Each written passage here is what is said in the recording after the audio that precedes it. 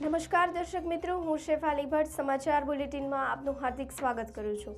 નજર કરીએ આજના મુખ્ય સમાચાર પર।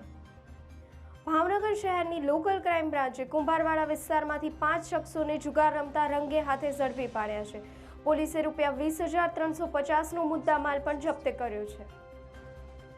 એલસીબી પોલીસે ભાવનગર શહેરના કુંભારવાડા વિસ્તારમાં પેટ્રોલિંગમાં હતા ત્યારે ગુપ્ત બાતમીના આધારે કાર્યવાહી કરી હતી। એલસીબી પોલીસને બાતમી હતી કે કુંભારવાડા વિસ્તારમાં મોતી તળાવ પાસે જાહેર જગ્યાએ કેટલાક ઇસમો જુગાર રમી રહ્યા છે, જેથી પોલીસે તત્કાલ રેડ કરી અને જુગાર રમતા 5 ઇસમોને ઝડપી પાડ્યા હતા।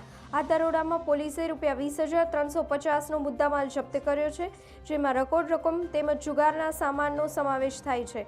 આ તમામ આરોપીઓ વિરુદ્ધ બોર તળાવ પોલીસ સ્ટેશનમાં જુગાર પ્રતિબંધક ધારા હેઠળ ગુનો દાખલ કરવામાં આવ્યો છે।